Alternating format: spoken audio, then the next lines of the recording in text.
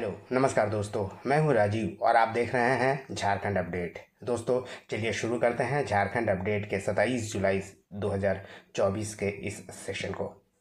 और 27 जुलाई के इस सेशन में हम लोग झारखंड करंट अफेयर्स में देखने वाले हैं कुछ इंपॉर्टेंट झारखंड से रिलेटेड करंट अफेयर्स के प्रश्नों को पूरे व्याख्या के साथ।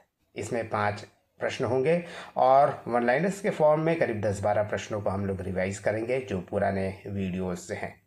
इसके अलावा अंत में आपके लिए एक अभ्यास प्रश्न भी होगा जिसका जवाब आप कमेंट में कर सकते हैं और इसका आपको पीडीएफ मैं अवेलेबल करा दूंगा बहुत जल्द टेलीग्राम चैनल पे। आप इसे ज्वाइन कर सकते हैं, डिस्क्रिप्शन में लिंक आपको मिल जाएगा। तो आइए शुरुआत कर लेते हैं 27 जुलाई के इस करंट अफेयर्स के सेशन को। और शुरुआत पिछले वीडियो के अभ्यास प्रश्न से। और पिछले वीडियो में मैंने पूछा था, मोनाश यूनिवर्सिटी ऑस्ट्रेलिया के एक हालिया रिसर्च के अनुसार झारखंड के किस क्षेत्र में दुनिया का सबसे पहला और सबसे गर्म समुद्र तट होने की बात सामने आई है। ऑप्शन है धनबाद, साहेबगंज, पलामू और सिंहभूम। दोस्तों हालिया रिसर्च में ये पता चला है कि सिंहभूम का क्षेत्र दुनिया का सबसे पहला सी बीच था। कह सकते हैं कि सबसे पहला समुद्र तट था और सबसे गर्म भी, यानी ऑप्शन डी इसका सही उत्तर है। आइए इसके बारे में आपको डिटेल में बताते हैं। दोस्तों आपको बता दें कि सिंहभूम का क्षेत्र जो झारखंड में है 3.2 अरब साल पहले दुनिया का सबसे गर्म समुद्र तट हुआ करता था और 3 देशों के वैज्ञानिक के एक रिसर्च रिपोर्ट में यह सामने आया है। अमेरिका के नेशनल अकेडमी ऑफ साइंस में इस रिपोर्ट को प्रकाशित भी किया गया है। आपको बता दें कि विश्व का पहला समुद्र तट सिंहभूम में था, यही इस रिसर्चर्स ने बताया है। मोनाश यूनिवर्सिटी ऑस्ट्रेलिया के वैज्ञानिक हैं प्रियदर्शी चौधरी। इसके अलावा और अन्य वैज्ञानिकों ने भी इनके साथ रिसर्च किया था इसमें, और इस रिसर्च के प्रमुख शोधकर्ता भी थे प्रियदर्शी चौधरी।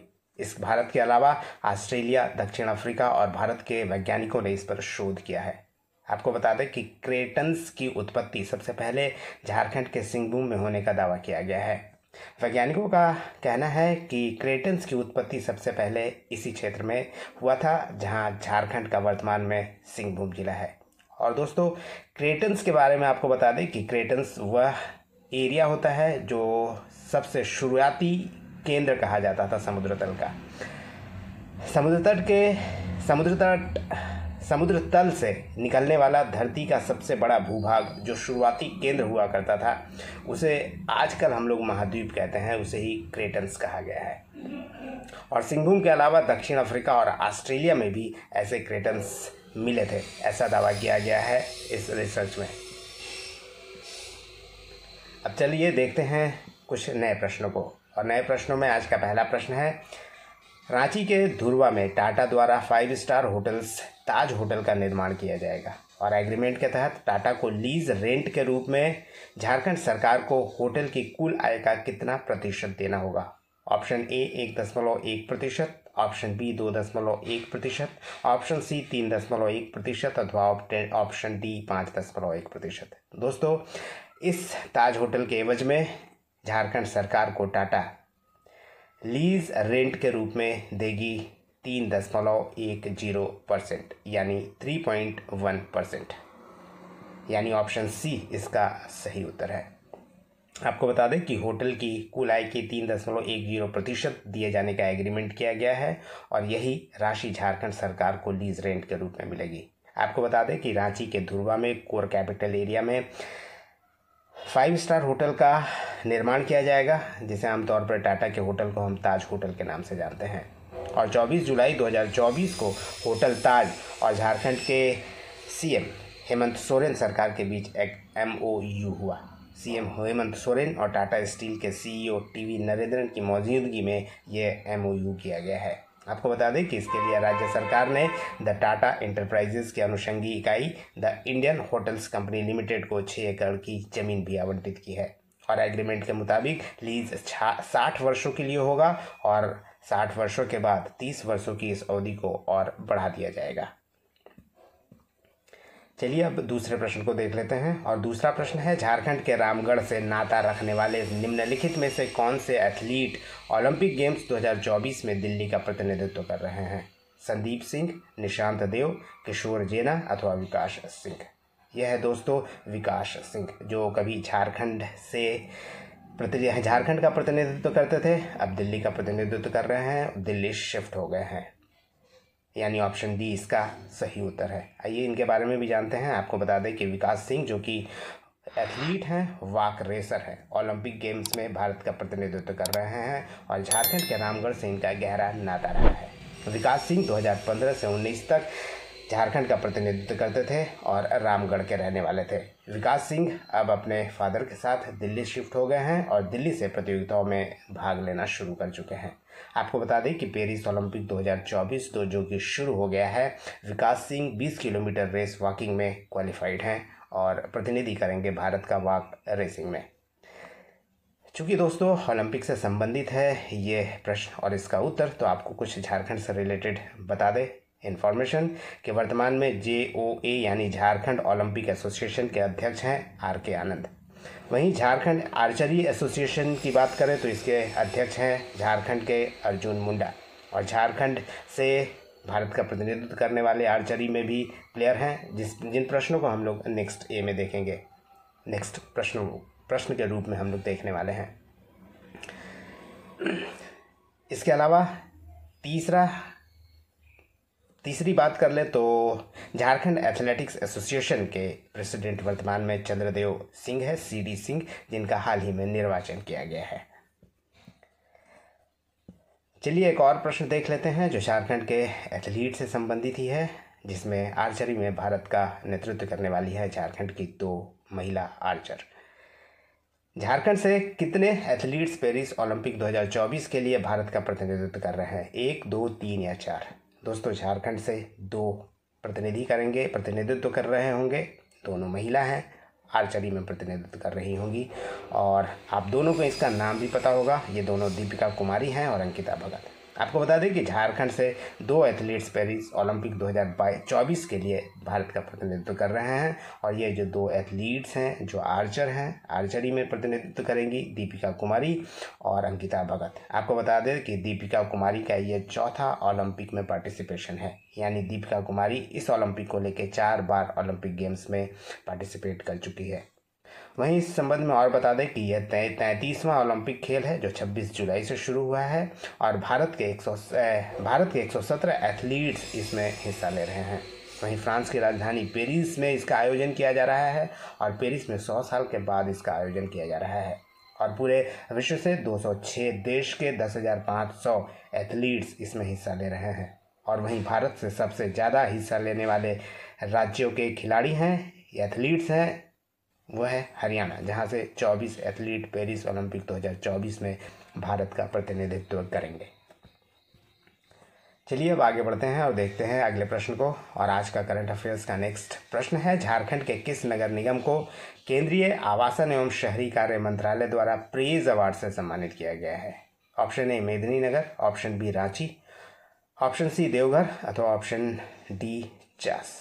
दोस्तों प्रेज अवार्ड से सम्मानित किया गया है 2024 में मेदिनीनगर नगर निगम को, यानी ऑप्शन ए इसका सही उत्तर है। आपको बता दें कि केंद्रीय आवासन एवं शहरी कार्य मंत्रालय यानी ministry of housing and urban affairs ने मेदिनीनगर निगम को प्रेज अवार्ड देने की घोषणा की थी, जिसे दे दिया गया है। आपको बता दें कि मेदिनीनगर म्यूनिसिपल कॉरपोरेशन को यह अवार्ड दिया गया है हाल ही में, यानी 18 जुलाई को। प्रेज का दोस्तों अगर फुल फॉर्म की बात करें तो performance recognition for access to financial and street vendors employment award है, यानी स्ट्रीट वेंडर्स को दिया जाने वाला ये अवार्ड है। स्ट्रीट वेंडर्स के क्षेत्र में काम करने के लिए यह अवार्ड दिया गया है मेदिनीनगर नगर निगम को। आपको बता दें प्रधानमंत्री स्वनिधि योजना जिसकी शुरुआत 2020 में की गई थी, इसी के तहत उत्कृष्ट कार्य करने वाले नगर निगम को यह प्राइज दिया गया है, और 18 जुलाई 2024 को दिल्ली में सम्मानित किया गया नगर निगम के अधिकारियों को। आपको बता दें कि झारखंड के मेदिनीनगर नगर निगम को देश में दूसरा स्थान प्राप्त हुआ है, और नगर आयुक्त को मेमेंटो देकर सम्मानित किया गया। और योजना के तहत नगर निगम द्वारा 3,300 लोगों को लोन दिलाने और आत्मनिर्भर बनने की मदद के लिए यह सम्मान दिया गया है। आपको बता दें कि प्रधानमंत्री स्वनिधि योजना की शुरुआत 1 जून 2020 को प्रधानमंत्री के द्वारा किया गया था कोरोना काल में। इसके अलावा दोस्तों इस संबंध में बता दें कि प्रधानमंत्री स्वनिधि योजना है क्या। प्रधानमंत्री स्वनिधि योजना प्रधानमंत्री के द्वारा शुरू किया गया था 2020 में आवास और शहरी मंत्रालय द्वारा, और ये फुटपाथी दुकानदारों यानी स्ट्रीट वेंडर्स को ऋण उपलब्ध कराता है। इसके तहत स्ट्रीट वेंडर्स को 1 वर्ष के लिए 10,000 रुपये तक का ऋण प्रदान किया जाता है, और अगर भुगतान सही समय पर हुआ तो भुगतान ब्याज के सब्सिडी 7% दी जाती है। इसके अलावा मासिक डिजिटल अगर लेन देन करते हैं तो 100 रुपये कैशबैक भी दिया जाता है प्रति महीना, यानी साल में 1200 रुपये का। और ये 10,000 रुपये अगर समय पे चुका देते हैं, यानी प्रथम भुगतान अगर समय पर कर देते हैं तो दूसरे चरण में 20,000 रुपये का ऋण दिया जाता है, और उसके बाद 50,000 का तीसरे चरण में। दोस्तों चूंकि यह केंद्रीय आवासन मंत्रालय से संबंधित है, आवास और शहरी मंत्रालय से, तो बता दें मनोहर लाल खट्टर वर्तमान में केंद्रीय मंत्री हैं आवासन एवं शहरी कार्य मंत्रालय के। प्रश्न नंबर 5 है, झारखंड का 0 क्राइम रेट वाला गांव कौन सा है जो पिछले दिनों काफ़ी चर्चा में रहा है। ऑप्शन ए बेलकियारी गांव, ऑप्शन बी मोतिया गांव, ऑप्शन सी चेटर गांव, अथवा ऑप्शन डी मैकलूस्कीगंज। दोस्तों यह गांव है चेटर गांव। आपको बता दें कि यहाँ पे 0 क्राइम रेट है, यानी आज़ादी के बाद से आज तक यहाँ पुलिस में एक भी केस दर्ज नहीं किया गया है, यानी ऑप्शन सी इसका सही उत्तर है। पिछले दिनों ये चर्चा में रहा था। आपको बता दें कि रामगढ़ का ये गांव है चेटर गांव, और यह एक अनोखा गांव कहा जा रहा है क्योंकि इस गांव में आज तक आज़ादी के बाद थाना में एक भी क्रिमिनल केस या फिर किसी भी तरह का अन्य केस का मामला दर्ज नहीं किया गया है। इस गांव के हर घर में कोई ना कोई टीचर्स, ग्रेजुएट या PhD करने वाला है, और छोटे मोटे मसले को अखड़ा में बैठकर शांतिपूर्ण सुलझा लिया जाता है। गांव के अखड़ा में गांव के वरिष्ठ पढ़े लिखे 10-12 सदस्य होते हैं जो इन मसलों को सुलझाते हैं। आपको बता दें कि हाल में यानी पिछले जो JPSC झारखंड सरकार द्वारा कराया गया था, उसमें उस JPSC में सोनाली नाम की लड़की जो है वो भी सफलता पाने में सफल रही थी। इसके अलावा मोहल्ले में ऐसी बात नहीं है कि केवल एक धर्म के लोग रहते हैं, सभी धर्मों के लोग वहाँ पे रहते हैं। इसके बावजूद 0 क्राइम रेट वाला यह गांव है जो काफ़ी चर्चा में रहा था। चलिए अब दोस्तों अब बारी है वन लाइनर्स के फॉर्म में कुछ रिवीजन के लिए, और रिवीजन के तहत हम लोग देखते हैं कुछ प्रश्न को। सूक्ष्म लघु और मध्यम उद्योगों का विकास करने, रोजगार का दरवाजा खोलने, साथ ही पुराने उद्योगों और जीर्णोद्धार करने के उद्देश्य से झारखंड के मुख्यमंत्री हेमंत सोरेन ने किस नए नीति के प्रस्ताव को मंजूरी दी है। यह है दोस्तों MSME पॉलिसी 2023। झारखंड के क्रिकेटर अनिमेश कुमार किस जिले के हैं जिनका चयन NCA यानी नेशनल क्रिकेट एकेडमी बेंगलुरु के लिए किया गया था। ये बड़कागांव प्रखंड के हजारीबाग के रहने वाले हैं। झारखंड के किस पार्क को GSI यानी जियोलॉजिकल सर्वे ऑफ इंडिया द्वारा विरासत स्थल हेरिटेज साइट के रूप में चिन्हित किया गया है। यह है दोस्तों साहेबगंज का जीवाश्म पार्क, फॉसिल पार्क। डॉक्टर शिप्ती श्रद्धा सिंह हाल ही में क्यों चर्चा में रही थी। वह माउंट किलिमंजारो में भारतीय राष्ट्रीय ध्वज फहराने में सफल रही थी, यानी तिरंगा उन्होंने माउंट किलिमंजारो के ऊपर फहराया था। किस देश में international beauty peasant queen of international tourism India 2023 का ताज जीतकर एंजेल मेरीना तिर्की ने पूरे भारत का नाम रोशन किया था।